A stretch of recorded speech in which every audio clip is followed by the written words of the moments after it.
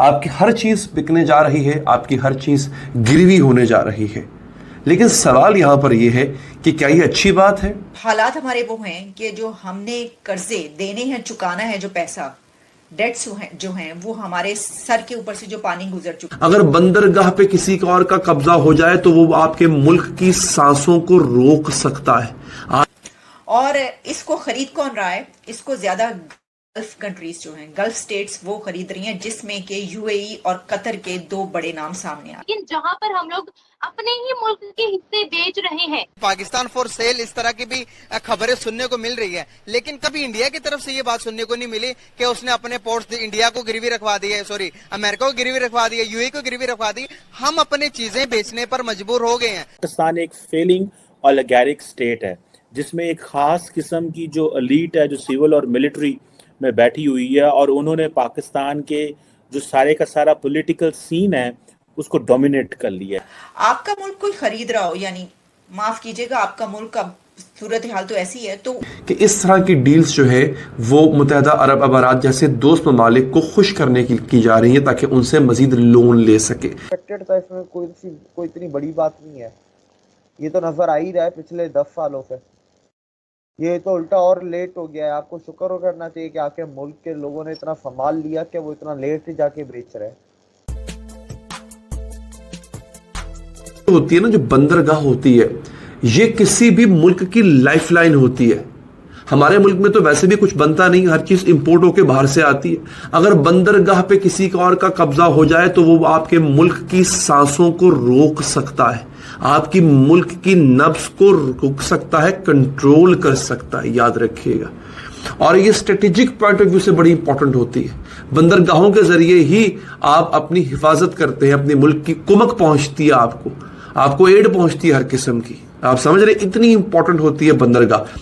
सिर्फ ये मत सोचिएगा कि तिजारत के लिए इस्तेमाल होती है, ये तमाम शोबे भी इसी में फॉल करते हैं। अच्छा जनाब, अब शहबाज राना साहब जो कि पाकिस्तान के टॉप के इकोनॉमिक कॉरेस्पॉन्डेंट हैं, वो कहते हैं कि जनाब इस वक्त हुकूमत डेस्परेशन में, इंतहाई डेस्परेशन में इस तरह की डील्स कर रही है। वो हैं कि जो हमने कर्जे देने हैं, चुकाना है, जो पैसा डेट्स जो हैं वो हमारे सर के ऊपर से जो पानी गुजर चुका है, यानी कि पानी पुलों के नीचे से तो गुजरता ही है, लेकिन सर के ऊपर से भी पानी गुजर चुका हो तो तब हमारे ये हालात आ जाते हैं। तो हमारे मुल्क के हालात, पाकिस्तान के हालात यही हैं, जिस पर ये कि पाकिस्तान फॉर सेल। अच्छा, अब हमने ये तो देखा, पहले ही आपको बताया कि ऐसे जैसे कि F9 पार्क की बात हुई, कई ऐसे एसेट्स इस्लामाबाद की कुछ चीज़ें जिस पे हमने कहा कि जनाब ये सेल हो रहा है। लेकिन इसमें जो तफसील से बात की गई है वो ये है कि जो माउंटिंग डेट है, उसको जो रीपेमेंट्स हैं, उसके लिए पाकिस्तान को जो अपने sea ports, airports and telecom companies जो हैं वो सेल ऑफ करना पड़ रही हैं। और इसको खरीद कौन रहा है? इसको ज्यादा गल्फ कंट्रीज जो हैं, गल्फ स्टेट्स वो खरीद रही हैं, जिसमें के यूएई और कतर के दो बड़े नाम सामने आ रहे हैं। आपने देखी होगी कि एक प्राइम मिनिस्टर शहबाज शरीफ की तस्वीर चल रही है, एक तो यूएई के हुक्मरान के साथ है और कतर के हुक्मरान के हो गया, यानी फाइनल हो गया। तो भाई 85% कंट्रोल ऑफ कराची पोर्ट्स, यानी एक जो कराची पोर्ट का हिस्सा है उसका जो पूरा 85% कंट्रोल है वो यूएई को मिल जाएगा। तो क्यों नहीं मिलेगा भाई, जब वो खरीद रहे हैं। ये भी बड़ी अजीब सी बात होगी अगर हम ये कहें ओहो देखो क्या कर दिया, ये तो इसके ऊपर कंट्रोल दे दिया। आपका मुल्क कोई खरीद रहा हो, यानी माफ कीजिएगा, आपका मुल्क का सूरत हाल तो ऐसी है, तो उसमें अगर वो कोई हिस्सा खरीद रहे हैं, उसके जैसा कि मैंने आपको बताया कि ये जो बनाते हैं वो इतना पैसा लगाते हैं और उस पे कंस्ट्रक्शन होती है मल्टीपर्पज कार्गो टर्मिनल की, तो क्या आप समझते हैं कि वो जो टर्मिनल है या वो जो हिस्सा उस पे उनका कंट्रोल नहीं होगा? उन्हीं का कंट्रोल होगा। आपने कहा था कि 2035 तक हम $1 ट्रिलियन की इकोनॉमी बन जाएंगे, लेकिन जहां पर हम लोग अपने ही मुल्क के हिस्से बेच रहे हैं। पाकिस्तान का सिनेरियो ये कि इधर आपको पैसे चाहिए, आप इधर मजबूरी में प्राइवेटाइज कर रहे हैं, इसीलिए इधर एक बुरी चीज हो जाती है। नहीं तो प्राइवेटाइज करना है या बेचना वो बुरी बात नहीं होती इकोनॉमी में, लेकिन आपका जो बेचना है वो आपका बेचना इसलिए क्योंकि आपको मजबूरी, आपको पैसे चाहिए। इनको बेच के जो पैसे आएंगे उनसे आप लोग अपने लोन ही अदा करेंगे। कौन, आप डेवलपमेंटल प्रोजेक्ट्स भी नहीं करेंगे।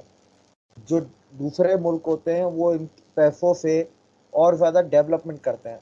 आप इनके थ्रू जो पैसे आएंगे उनसे आप लोन अपने चुकाएंगे। पाकिस्तान में वैसे भी कोई टेलीकॉम कंपनी हमारी कहाँ ओन नहीं हुई है।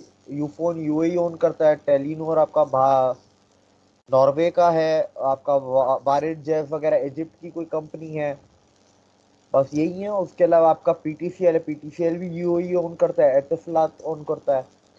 अगर पाकिस्तान की बैंकिंग सेक्टर की बात कर रहे हैं तो 65% बैंकिंग सेक्टर फॉरेनर्स ओन करते हैं। पाकिस्तान में वैसे तो 5 एयरपोर्ट्स हैं, पर उनमें से 3 मेजर एयरपोर्ट हैं, तीनों आपके सेल पे हैं।